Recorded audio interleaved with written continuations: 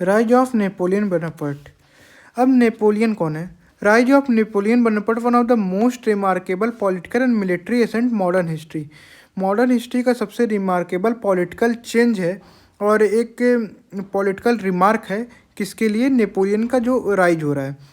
ये क्या होता है? एक artillery officer to rose become first consul 1799। एक आर्टिलरी ऑफिसर से क्या बन जाता है? पहला कॉन्सल 1799 में बन जाता है। लेटर इम्परर, और बाद में फ्रेंच का इम्परर बन जाता है।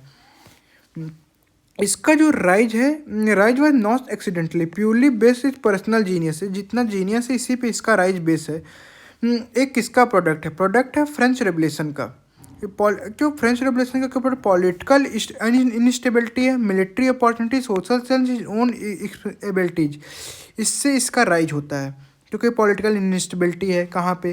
फ्रांस में पॉलिटिकल इनस्टेबिलिटी है। उसके बाद मिलिट्री उतनी अच्छी है नहीं कोई, अपॉर्चुनिटी है, सोशल चेंज हो रहा है, इससे क्या होता है? इसका राइज होता है। नेपोलियन इमर्ज हो जाता है the symbol of order, stability, national glory का। कहाँ पे? फ्रांस में। इम्पैक्ट क्या होता है फ्रेंच रिवोल्यूशन का? Impact of French revolution. French revolution 1789 created the essential condition for Napoleon rise. एक अच्छा कंडीशन क्या होता है? 1789 कराता है फ्रेंच रिवोल्यूशन, जिससे क्या होता है? राइज होता है नेपोलियन का।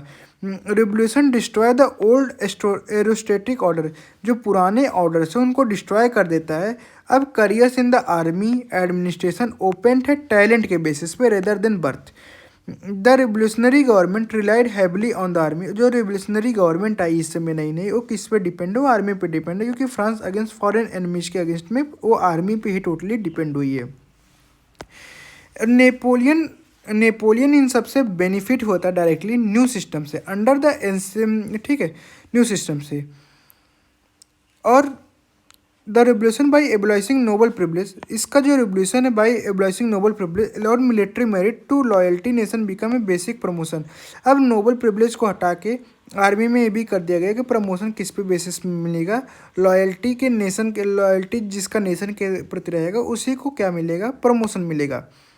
Napoleon early life. नेपोलियन की अर्ली लाइफ क्या है? मिलिट्री ट्रेनिंग कैसी? नेपोलियन में बॉर्न है कोर्सिका 1769 में। कहाँ बॉर्न होता है? कोर्सिका नाम एक जगह है, वहाँ पे बॉर्न होता है। The island come under French control. ये आइसलैंड किसके कंट्रोल में आता है? फ्रेंच कंट्रोल में आता है। ये एजुकेटेड, ये कहाँ पढ़ा है? ये पढ़ा है फ्रेंच मिलिट्री स्कूल में पढ़ा हुआ है, फ्रेंच मिलिट्री स्कूल। स्पेशलाइज किस में? आर्टिलरी में स्पेशलाइज है। टेक्निकली की डिमांडिंग ब्रांच है आर्मी का। क्यों ये टेक्निकली डिमांडिंग ब्रांच है? क्योंकि इस समय तक तो सिर्फ तोपे और गन्स जो होती थी वो मेन पावर होती थी आर्मी की। उस समय तो एयरफोर्स था नहीं, तो तोपे गन पे आर्मी रिलाई थी, उस टाइम पे सबसे ज़्यादा रिलाई थी। तो सबसे इम्पोर्टेंट ब्रांच थी आर्मी की।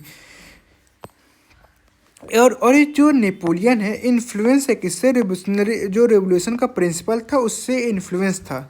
हिज प्रोफेशन, और जिसका प्रोफेशन था मिलिट्री एजुकेशन, इसको बहुत थ्योरेटिकल अंडरस्टैंडिंग देता था वारफेयर की। मतलब ये जो प्रोफेशनल मिलिट्री एजुकेशन लिया था, इससे इसको स्ट्रॉन्ग अंडरस्टैंडिंग थी वारफेयर की, लॉजिस्टिक की, स्ट्रेटजी की। राइज थ्रू रेवोल्यूशनरी वार। इसका राइज कैसे हुआ? इसका राइज हुआ किससे? रेवोल्यूशनरी वार जो होता है, provided Napoleon with opportunity to prove, ठीक है। अब जो रेवोल्यूशनरी वार होता है इससे प्रोवाइड करती नेपोलियन को एक अपॉर्चुनिटी प्रोवाइड होता है कि प्रूव हिज एबिलिटीज। सीज होता है किसका? टॉलन का सीज होता है 1793 में। नेपोलियन पहला गेन करता है national attention during the siege of Toulon. Siege of Toulon पे सबसे पहले इसको अटेंशन मिलती है, अटेंशन मिलती है। ये प्ले करता है डिसीसिव रोल, एक डिसाइडिंग रोल प्ले करता है किसमें? और डिफीट करता है रॉयलिस्टिक फॉरेन फोर्सेस को डिफीट करता है।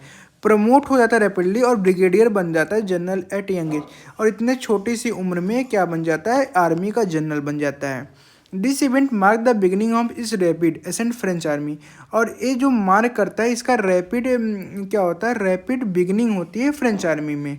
Defence of the directory 1795। In October 1795 Napoleon क्या करता है? क्रश कर देता है। और डिफेंस ऑफ द डायरेक्टरी 1795 में एक वार और होती है। यहाँ पे क्या करता है? अक्टूबर 1795 में नेपोलियन क्या करता है? क्रश कर देता है royalist uprising Paris using artillery. Artillery का यूज करके जो अपराइजिंग हो रही है, एक अपराइजिंग मीन्स एक ब्रोक होने का, रिवोल्यूशन ब्रोक होने की अपराइजिंग हो रही है, उसको क्या करता है, क्रश कर देता है, क्रश कर देता है badly. Save the revolutionary government, और क्या होता है, एक इसको बचा लेता है, सेव गार्ड किसको दे देता है, रेवोल्यूशनरी गवर्नमेंट को सेव गार्ड दे देता है। अर्न पॉलिटिकल ट्रस्ट पर पब्लिक रिकॉग्निशन, इससे इसके पास क्या आ जाता है, political trust, political plus public, public, तो gained command army of Italy, और इससे क्या मिल जाता है, इसको कमांड मिल जाता है आर्मी ऑफ इटली का पूरा कमांड ही पा जाता है इतनी छोटी सी एज में। और जो ये इवेंट हुआ, this event establish Napoleon both military और पॉलिटिकल असिस्ट में बहुत मजबूत रोल प्ले किया। मीन्स अब इसके पास थोड़ी बहुत तो पॉलिटिकल भी स्ट्रांग हो रहा है धीरे धीरे, क्योंकि जब इसको पूरा का पूरा आर्मी का कमांड मिल गया इटली का। Italian campaign and the popular fame, the Italian campaign was turning point of Napoleon, जो इटालियन कैंपेन होती है इससे टर्निंग पॉइंट हो जाता है नेपोलियन के करियर के लिए। ही defeated Austrian and allied force Republic, ये ऑस्ट्रियन फोर्सेस को और उसकी एलाइड फोर्सेस को रिपीटेड क्या करता है, डिफीट कर देता है, हरा देता है। ऑन बैटल थ्रू स्पीड, अपनी स्पीड से, अपने मैन्यूवर से, अपनी स्ट्रेटजी से, टेक्निकल नॉलेज से क्या कर देता है, ये इस बैटल को जीत जाता है। इम्पोज करता है ट्रेटी और एक्सपेंड करता है फ्रेंच इन्फ्लुएंस को। नेपोलियन बिकम ए नेशनल, और इससे क्या होता है, नेशनल हीरो बन जाता है, और वेल्थ लाता है फ्रांस में, प्रेस्टीज लाता है, और इसकी पर्सनल पॉपुलैरिटी से सोल्डर और सिविलियंस में भी बढ़ रही है। Political weakness of the directory, अब यहाँ तक जो पॉलिटिकल वीकनेस हो जाती है डायरेक्टरी की, धीरे धीरे जो डायरेक्टरी आई है आफ्टर फ्रेंच रिवोल्यूशन, जो रूल कर रही है फ्रेंच में, उस वीक हो जाती है। क्यों ये वीक हो जाती है, क्योंकि करप्शन है वहाँ पे, इकोनॉमिक क्राइसिस है, पॉलिटिकल इनस्टेबिलिटी है, लैक ऑफ पॉपुलर सपोर्ट है। इस सब की वजह से क्या होता है, जो एक क्या होती वीक होती जाती है। अब फ्रांस ने, अब यहाँ पे फ्रांस को ज़रूरत है स्ट्रांग लीडरशिप को, मेंटेन करे ऑर्डर, सिक्योर करे रिवोल्यूशनरी गेन जो मिला है उसे सिक्योर करे। और नेपोलियन ऐसे अपीयर्ड होता है, man capable providing stability without restoring old monarchy, और नेपोलियन को ऐसे देखा जा रहा है कि इस चीज़ को रिस्टोर कर सकता है विदाउट ओल्ड मोनार्की लाए। अब एक इजिप्ट एक्सपेंडेशन होता है, इसका जो इमेज बिल्ड करता है इजिप्ट का attack.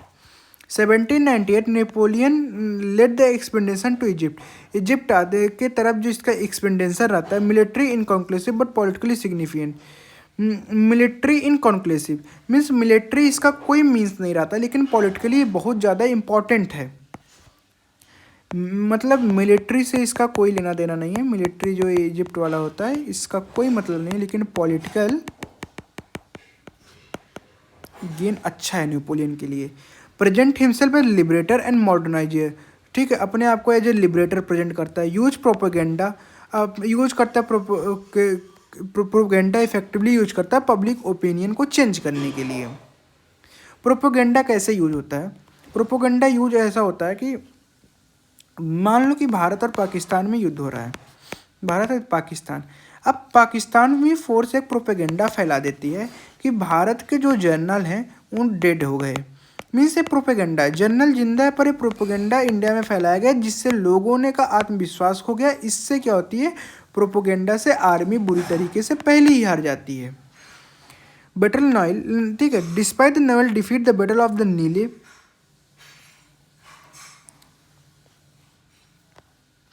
Role of the army, अब रोल ऑफ द आर्मी, इस role of the army personal leadership, Napoleon relationship with his army was central to his rise. Napoleon का जो रिलेशनशिप अपने आर्मी के साथ, जो कि बहुत सेंट्रल पोजीशन प्ले करता है इसके राइज में। He inspired loyalty through the merit based promotion, इसको एज लोग लॉयल देख रहे हैं क्योंकि मेरिट बेस्ड प्रमोशन पाया है, ठीक है। और हार्डशिप ऑफ शोल्डर, मतलब जैसा एक शोल्डर होना चाहिए वो ऐसा है। Promise glory victory and reward, और जो नेपोलियन जो है आर्मी से, देखो Napoleon army increasingly identified success से क्या होता है, इसको बहुत ज़्यादा, इसका जो आर्मी सक्सेस है इससे बहुत ज़्यादा पावरफुल फिगर बन जाता है फ्रांस में। कूप होता है 18 को ब्रूमायर में, 1799 में कूप ऑफ 18, इससे क्या होता है, Napoleon rise of the coup of 18 Brumaire November 1799, directory को ओवरथ्रोन कर दिया जाता है, न्यू कॉन्स्टिट्यूशन इंट्रोड्यूस किया था। Napoleon become the first council, और नेपोलियन क्या बन जाता है, पहला काउंसिल बन जाता है। रियल एग्जीक्यूटिव पावर, इसके पास सारी एग्जीक्यूटिव पावर आ जाती है। एग्जीक्यूटिव पावर आने का मतलब है कि आदमी गवर्नमेंट का रोल प्ले करने लगता है। एग्जीक्यूटिव पावर में सबसे मेन पावर है क्या, आपके पास पॉलिटिकल पावर है, एडमिनिस्ट्रेटिव पावर है, एडमिनिस्ट्रेशन का पावर है, और प्लस आपके पास क्या पावर है, आपके पास फाइनेंस। ये 3 चीज़ है। तो इससे आप पूरे के पूरे गवर्नमेंट बन गए। और इस स्कूप को वेलकम किए गए मैनी प्रॉमिस स्टेबिलिटी और protection revolutionary achievement. Consolidation of power after becoming first council Napoleon consolidate इस पोजीशन।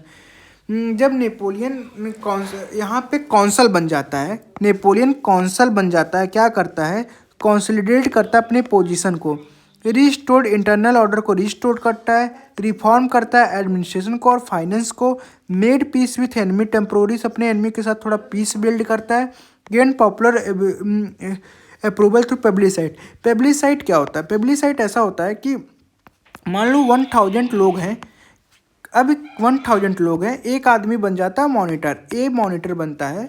और अभी क्या होता है, एक पब्लिसाइट होता है। अब एक को कह दिए 400 लोगों ने वोट दिया, तो ये मतलब अप्रूव्ड नहीं किएगा पॉपुलर। लेकिन अगर यही अप्रूव्ड नहीं है पॉपुलर कि ये मॉनिटर बनने लायक है, लेकिन अगर इसी ए को 600 लोगों ने 1000 बच्चों में से अप्रूव्ड कर दिया, तो ये मॉनिटर बनने लायक हो गया है। और पर्सनलाइज सेटिंग स्टेज, और इससे अपना यहाँ पे बैठ के कौंसल में बैठ के अपना स्टेज क्रिएट करता है और क्या बन जाता है, एम्परर बन जाता है 1800